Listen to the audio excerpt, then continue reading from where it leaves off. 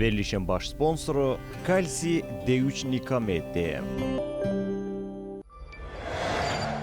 İdman həkimi, fizioterapevt Fərid Səlimovun sponsorluğu ilə Ay Həkim verilişinə baxırsınız.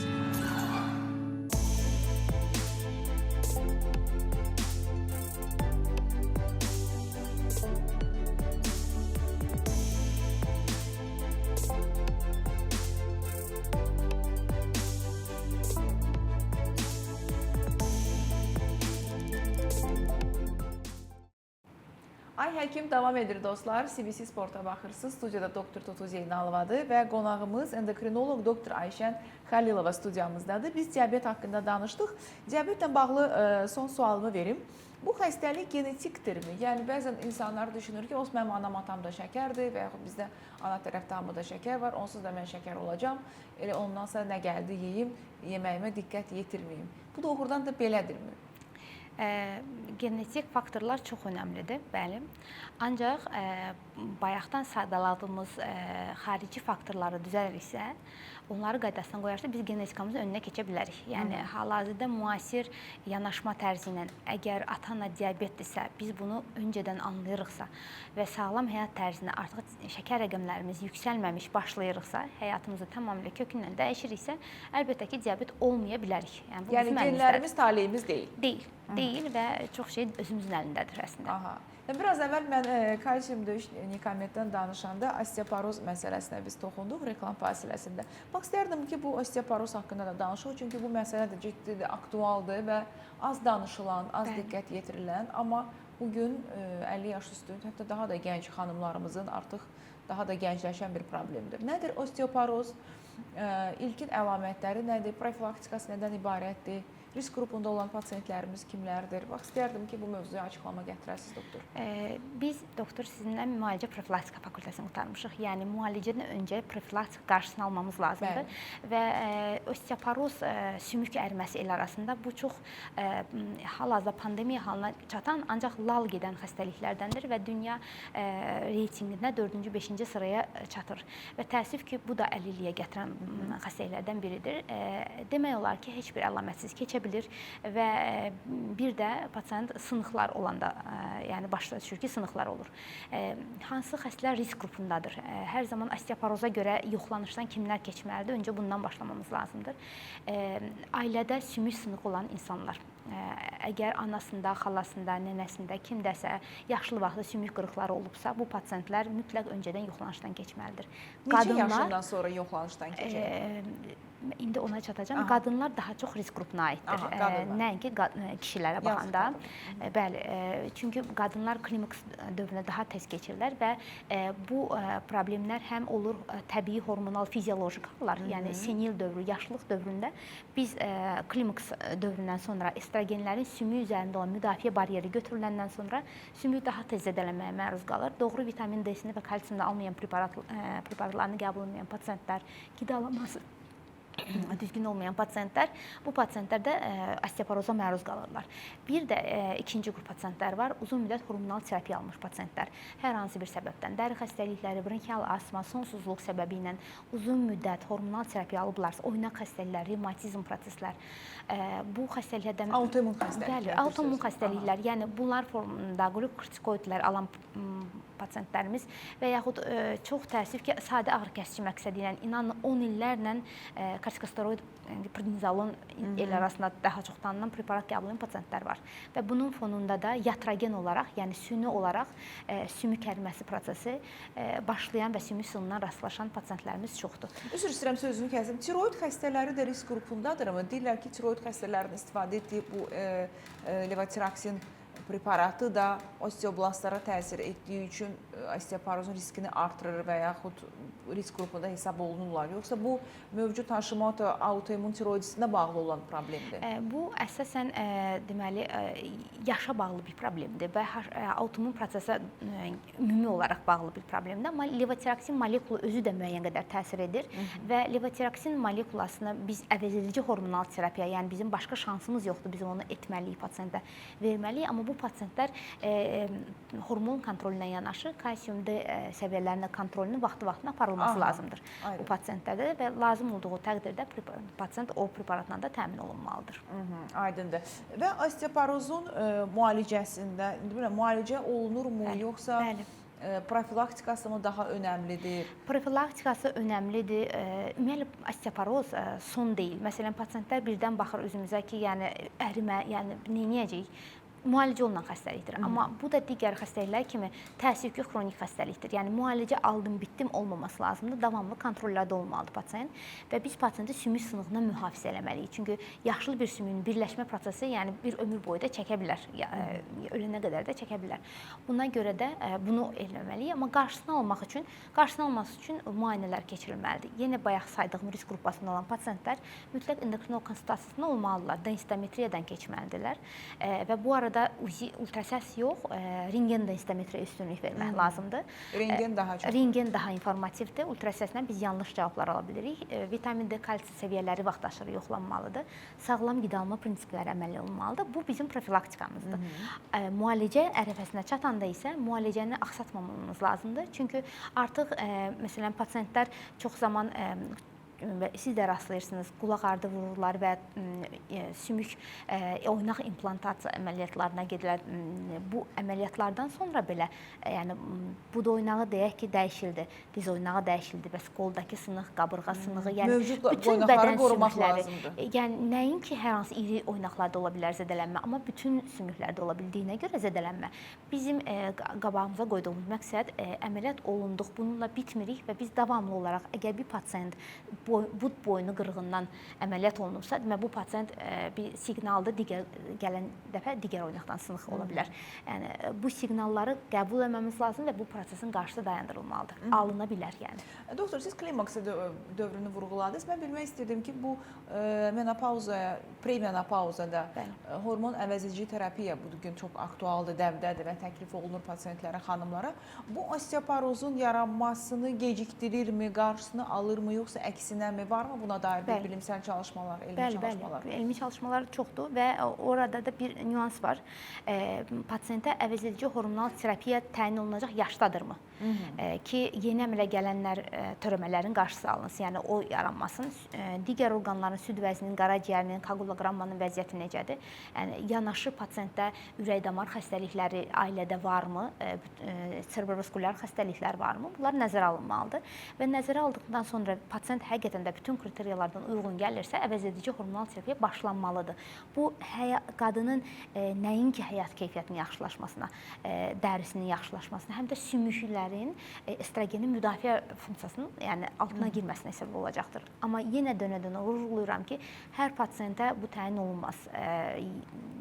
Bunun şiş proseslərini sürətləndirdiyini nəzərə alaraq mütləq yanında progesteron dəstəyinə ehtiyac varmı? Öz başına, yəni başlanılmaz bu terapiya və hər xəstə üçün də individual təyin olunmalıdır. Maraqlıdır. Və autoimmün xəstəliklərdən danışmışkən mən istəyirəm bir də tiroid problemlərinə toxunaq ki, bugün Hashimoto diaqnozunu tez-tez eşidirik. Bu xəstəliyin müalicəsi və xüsusilə bu Ramazan ayında, bayram günlərindəki yuxudan gec oyanacaq və oruç tutanlarda həmçinin bu dərmanları istifadəsində bu tiroid dərmanlarını necə istifadə etsinlər? Doktor, siz böyük savaba batırsınız. Çünki həqiqətən də pasiyentlər bu ay üçün çox önəmlidir və bütün həmkarlarım demək olar ki, hər yerdən, bacardığımız hər yerdən xəstələrə çatmaq istəyirik bununla bağlı.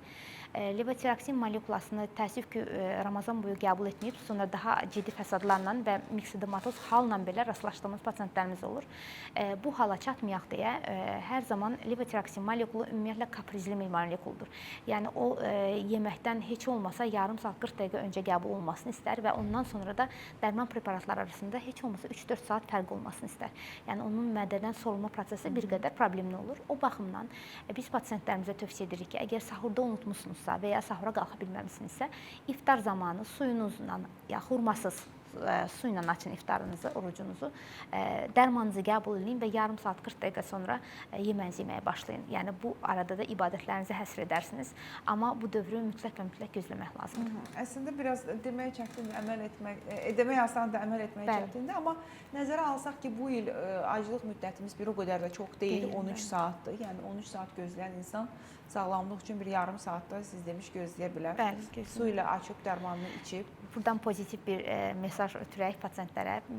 Bildiyiniz kimi biz nə qədər çox ac qalırıqsa, autofagiya proseslərimiz sürətlənir, daha da gəncləşir, daha da gözəlləşir, yeni hüceyrələrimiz yaranır. Ona görə də 13 saatı böyük bir qlobal problem eləməyək, yarım saat oradan gözləyək. Bəli, nə qədər çox ac qalsaq, bir o qədər gəncləşirik. Çünki bədən köhnə hüceyrələrini atır, yeyir, loru dildə desə ac qaldığı üçün və biz daha da gəncləşirik.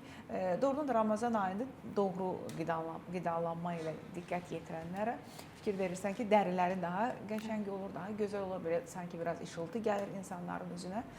Bu da yəqin ki, il boyu bizim üçün durmadan çalışan hüceyrələrimizə verdiyimiz istirahət nəticəsindədir ki, onlar bizə təşəkkür edir. Bu da ilk növbədə bizim dərimizdə öz sözünü deyir. Yeganə problem burada təbii ki, çalışan insanlar üçün susuzluqdur. Ki, misal üçün mənə bu mövzuda çox əziyyət verir. Bütün gün pasiyentlərlə danışırıq, sonra haradasa intervyu veririk, çıxış edirik, sonra gəlirik burada verilişə və nəticədə bu susuzluq problemi biraz mane olur, yəni iş həyatımıza. Amma istənilən halda bu həm mənəvi, həm də fiziki bədənimizin təmizlənməsi üçün verilən bir zamandır. Bayram günlərində bu şəkərbura paxlava mövzusuna yenə qayıdacağım, şirniyyatların istifadəsi. Aşırı istifadə edən insanlar, deyək ki, gecə çox yeyiblərsə, imsakda yemək yeməməkləri bir problem yaradarmı? Yəni, aclıq sürəsi uzansın deyirik, amma deyək ki, axşam saat 10-11-ə kimi yemək yeyirsə, növbəti gün 10-11, səhər artıq 12 saatlıq aclıq olacaq, əgər imsakda durmayacaqsa və axşam 7-yə kimi də artıq burada 20 saatlıq aclıqdan söhbət gedir. Bu bir problem yaradarmı? Bəli, bayaq dediyim kimi, insulin ifrazını artıracaq qidalara əgər gec saatlara qədər istifadə ediriksə və sonra ondan sonra biz yenə aclıq davam eləyəcəksə, biz hipoglikemiya hallarına, yəni şəkər düşmə hallarına düşə bilərik. Bu anda huşumuz da pozular, halsızlıq da yaranar, göz qaralması da yaranar, ürək çırpıntımız sürətlənər, soyuq tər basar. Əgər bu tip əlamətlər hiss edilirsə, orucu dayandırmaq məsləhətdir və ən gözəli hər zaman tərkibində şəkərli qidalar deyil, daha çox minerallar, vitaminlər saxlayan və həmçinin tox tutmağa, məsələn, ləpələr axşam saatlarında atışdırmaq belə istəyiriksə, daha çox o qidalara yönəlik verək və pasiyentlərə mən hər zaman deyirəm ki, yəni diabetik, bayram keçirmirik demək deyil. Biz ətli yeməklərdən, balıqdan, toyuqdan, quşlardan, tərəvəzdən, ləpələrdən bol-bol istifadə etsək, bir orada şirniyyat olmur, şəkər olmur. Qalan hər şeydən, yəni hər kəs kimi normal bayramımızı keçirə bilirik əslində. Bir də imsakda bəzən görürsən ki, nəyə görə bu mövzuya toxunur və yaxud dururlar imsakda bir dənə paxlava ilə çay içdim və salam. Sonra da saat 12 olmamış başı ağrıyır, özünə halsız hiss edir. O da şəkər düşmənin əlamətləridir. Onda da yenə ağzımızdan qlukoza sorulan kimi bizim insulin ifrazı olur və o paxlavanı insulin hüceyrələrə daşıyandan sonra qandakı şəkər səviyyələrimiz enir və biz başlayırıq artıq halsızlamağa, baş gicələmə, baş ağrıları və s. Onda belə eləyək, biz deməli şəkərli qidaları istifadə edək iftardan sonra. İftardan sonra az miqdarda istifadə edə bilərik sağlam insanlara.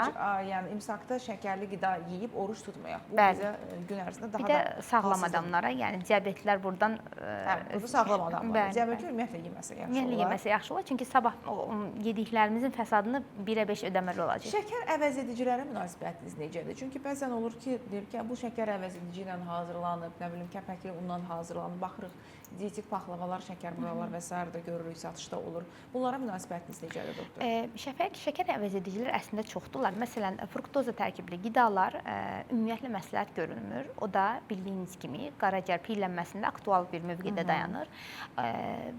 Məsələn, az miqdar stevia, yəni bunlar şəkər əvəz edicilər çox kimyəvi maddələr olduğuna görə bunların öz dozası var, yəni günlük istifadə dozası var.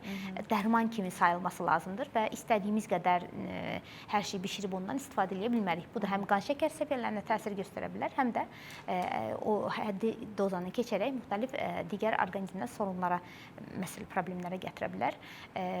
Mütləq əgər böyrək və qaraciyər səviyyələri analizlərində olan dəyişiklikləriniz varsa, bunlarda da məhdudiyyət mütləqdir.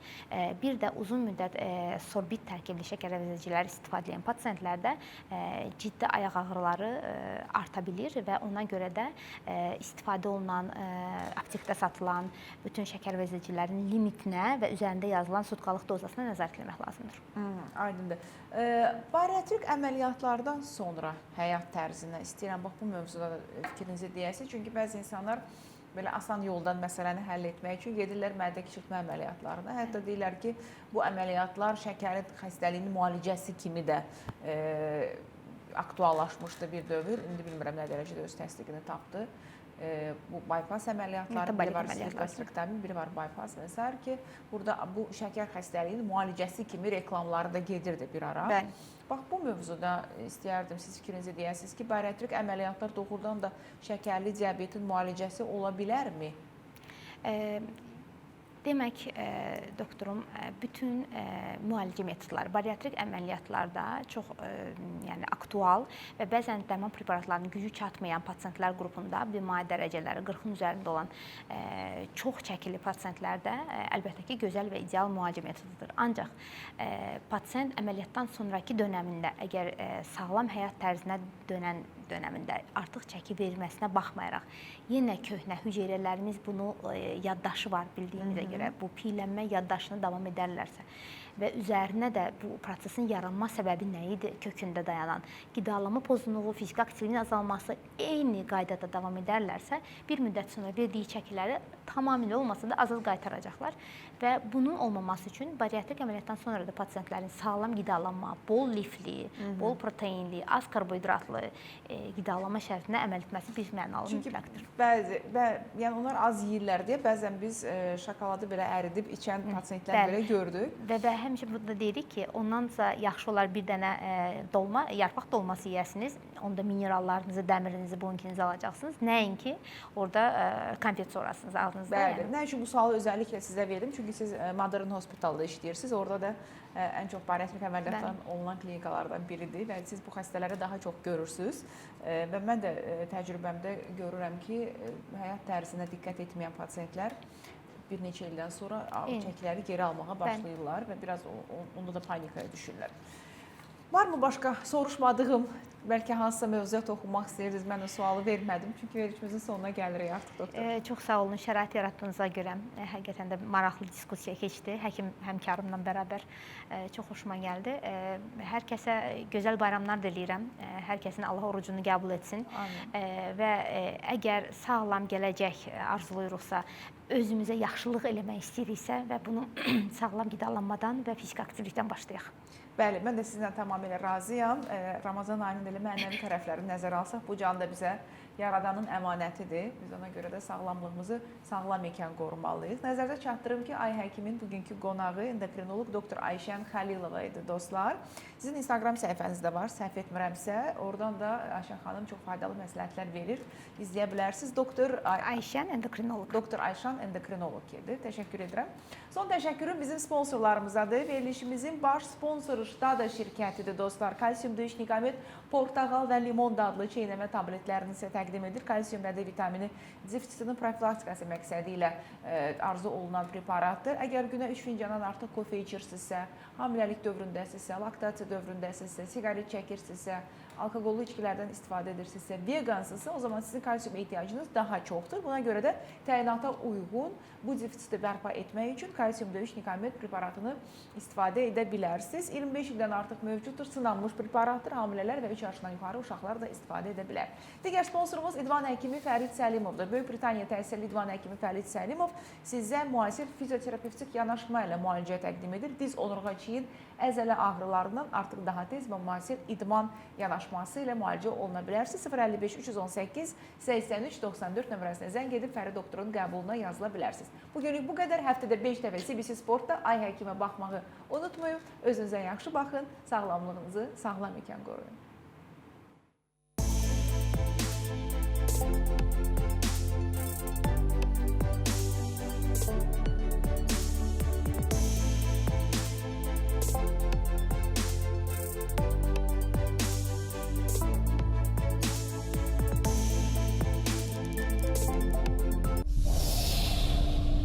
Verilişin baş sponsoru Kalsi D3 Nikamet.